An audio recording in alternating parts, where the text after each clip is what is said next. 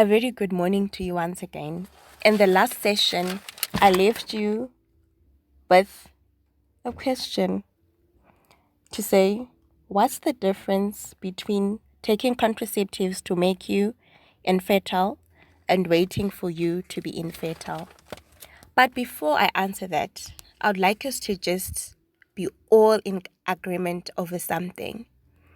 I would like us all to take this opportunity to acknowledge that contraceptives didn't come to prevent pregnancies because we all know that they are not 100% accurate. And secondly, they also cause abortions. But most importantly, what we should all remember is that natural family planning was already 100%. Abstaining during the fertile period, or if your partner is absent during your fertile period, means that you do not fall pregnant. So in essence, what I'm saying is that contraceptives came so that we didn't have to abstain, so that we could have pleasure, wire, unrestrained sex, no consequences, or just to say it's for pleasure. We functioned without contraceptives, well and better so, without any side effects. And God was aware of this, and He understood it. Hence, a woman is only fertile for only 24 hours. But let me just answer you so that I take you out of your curiosity. The example I will give you is very simple. If your grandmother is old and sick and she is dying, why should you wait till she dies? Why not just kill her? Because you have the same outcome, a dead grandmother. In the first scenario, it's called murder. It's a mortal sin because you do it with full knowledge, you're conscious of it, and you freely make that decision. It's a punishable offense here on earth and in heaven. So it's the same thing with contraceptives. How you get there matters. It's not just about the end. The evil action is what makes it all evil. In killing grandmother yourself, you avoided suffering. And we all know that suffering leads to holiness. No cross, no crown, and that's effect.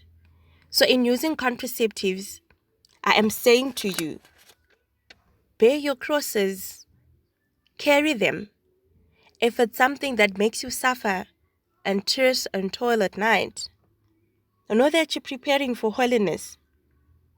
But to kill the possibility of having children, separating the plan of God of marriage, sex, and babies, putting God's plan asunder, is evil.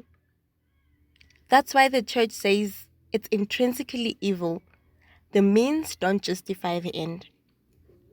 In killing grandmother, you are playing God. Grandmother must die in God's time. So what must you do when your grandmother is really sick? You must get her all the help she needs.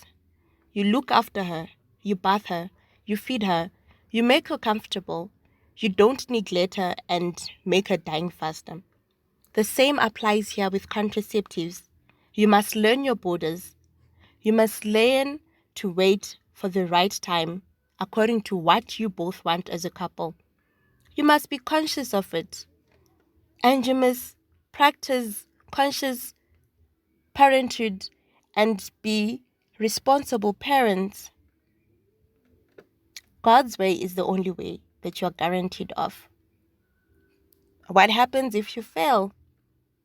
Then chances are you must consider that it's been God's plan all along.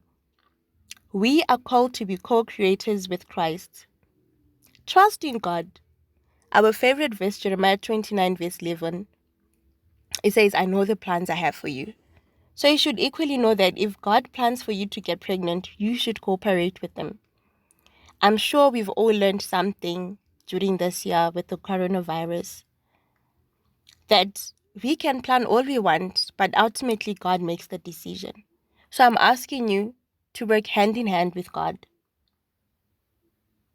We are elevated to partake with God. Let's be like Mother Mary. Let's allow our marriages to be a sacrament, to have them in full meaning. Remember, you receive a special grace. We are not given a grace kuti muve vaurai. I'm saying meda, and just now I will give you an example of why I'm referring to it as meda. Please rewind, listen to what I've just said, and get ready for the next example. I would like to share an example and thoughts of a man that I love so much. His name is Venerable Fulton Sheen. He brings a different perspectives. He re-emphasizes why we call them contraceptives and not birth control. He says, those who believe in contraceptives or would like to call it birth control neither believe in birth or in control. To explain this, I've understood it to mean that to believe in birth means that you are called to ask yourself, how does it happen? In what setting must it happen? Who is entitled to having children? But most importantly, you'll be forced to think of when does life begin? For a Catholic, we should all answer out loudly, at conception. Let's look at the aspect of control. Control must solely be of one's own body. Like we said earlier, self-control. This is what we must have.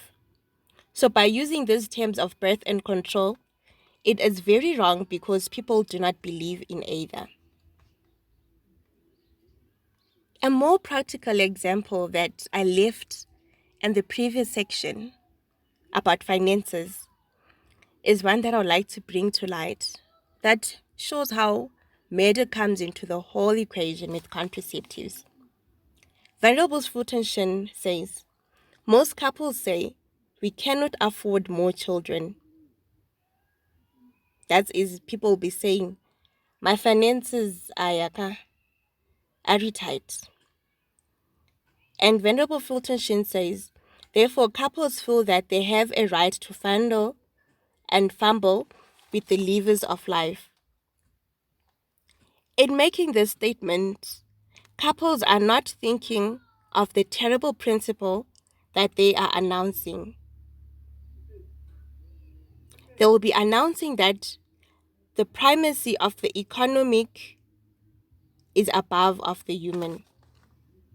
Sesiqakathekisa imali ukudlula impilo. Takutokoshisa mari kudarika munhu. The example Venerable Fulton Sheen gives says, suppose we're to put it into practice in other walks of life. Suppose a family had 5 children, but they only have enough money to buy only 4 heads. Do you think that there would be or should be permitted to cut off the head of the 4th child in order to bring the economic to the level of the human and the human to the level of the economic? Pafungisi say, ladies and gentlemen, think about it. For those of you who don't know who Venerable Fulton Sheen, I will tell you a little about him. He was an archbishop in America. He died in 1979. He won an Emmy Award in 1952 and was featured on the Times magazine. He had a sacred theology doctorate. And I hope by referring you to someone who has died so many years ago, I give you a wider source of reference for you to know that the teaching of the church is authentic and prophetic as well.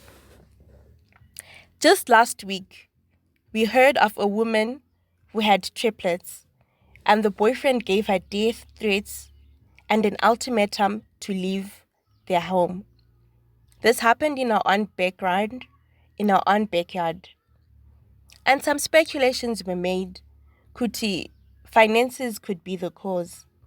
Kuti, the shock of being a family of two to being a family of five was too much for the young man to handle. I won't let you only think about what it means to put finances over human life, but I will let you decide.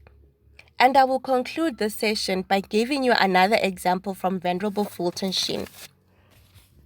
And this is going to resonate with what just happened to say. Suppose a husband says that he can no longer support his wife. Ought he be entitled to shoot her?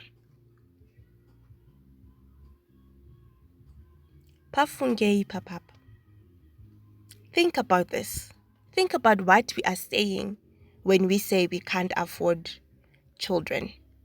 Think about what it means to give primacy to the economic over the human.